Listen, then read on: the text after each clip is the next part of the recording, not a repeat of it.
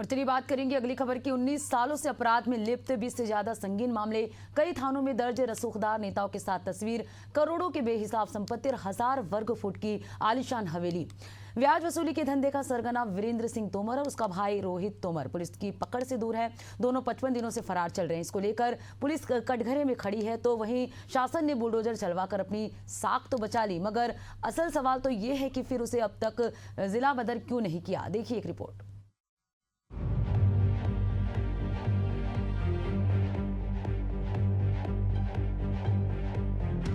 सबसे पहले आइए तोमर ब्रदर्स के कारनामों को ग्राफिक्स के माध्यम से समझने का प्रयास करते हैं। तोमर ब्रदर्स का अपराधनामा। वीरेंद्र सिंह तोमर और रोहित तोमर दोनों भाई सपरिवार जरायम के धंधे में संलिप्त। 19 साल से अपराध एक बार भी जिला बदर नहीं।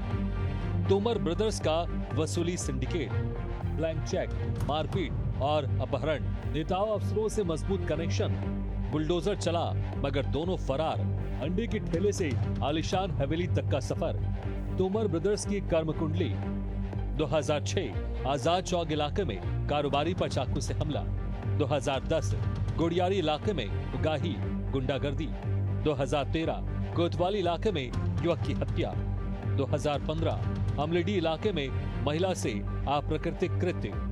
2017 भाटागांव इलाके में सूदखोरी, गुंडागर्दी, कर्जा एक्ट। 2018 पुरानी बस्ती इलाके में सूदखोरी, धोखाधड़ी, कर्जा एक्ट। 2019 कोतवाली इलाके में सूदखोरी, ब्लैकमेलिंग, गुंडागर्दी, आर्म्स एक्ट।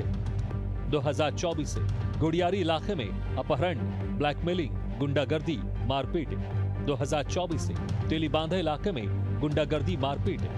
2025 तेलीबांधा में गुंडागर्दी, मारपीट। 2025 पुरानी बस्ती में ब्लैकमेलिंग, वसूली, गुंडागर्दी, कर्जा एक्ट। हिस्ट्री शीटर के घर पर बुलडोजर की कार्रवाई जारी है, जबकि दोनों भाई पुलिस को चकमा देकर फरार हो चुके हैं।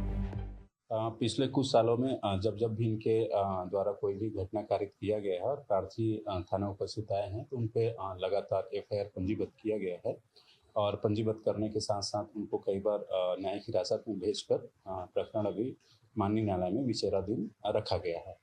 उसके साथ ही इनका जो थाना पुरानी बस्ती में वीरेंद्र सिंह तोमर का 2021 में और रोहित तोमर का 2020 में गुंडा लिस्ट में भी इनका नाम जारी किया गया है, जिससे आम पब्लिक में ये रहे कि यदि किसी भी स्तर का कोई भी व्यक्ति अपराध करता है तो उनको गुंडा सूची में शामिल कर लगातार उनकी रेकी की जाती है। उधर इस मामले को लेकर सियासत भी गरमा गई है। देखिए किसने क्या कहा।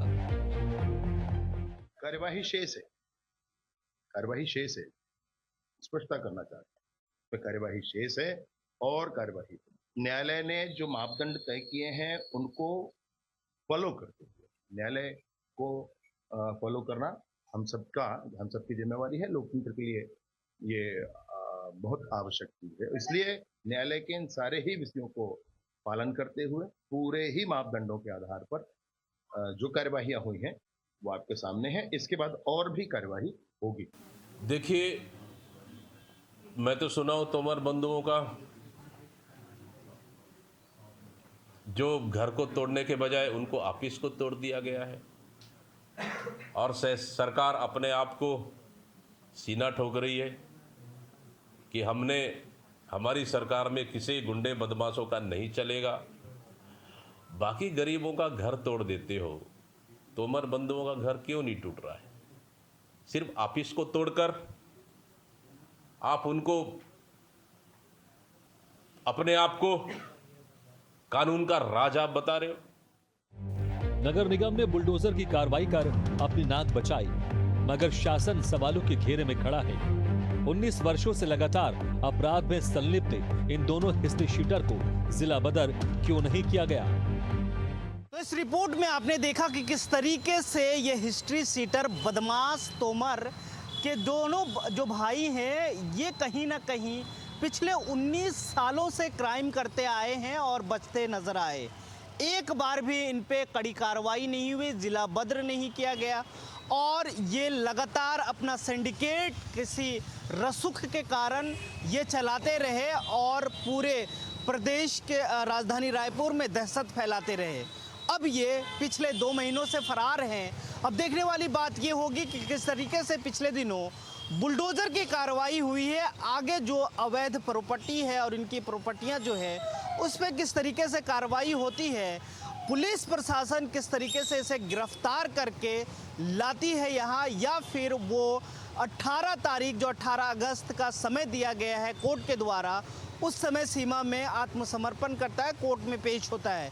ये तो वक्त बताएगा। लेकिन फिलहाल जिस तरीके से पुलिस प्रशासन और राजनीतिक रसूख के कारण ये सवाल उठ रहे हैं, ये सवाल कहीं ना कहीं जायज़ भी ठहराए जा रहे हैं कि इतने सालों में आखिर इन पे कठोर कार्रवाई क्यों नहीं हुई, जबकि कई जो है अलग अलग थानों में इनके ऊपर एफआईआर दर्ज थे और ये लोग अपनी राजनीतिक चमकाते नज़र आते थे।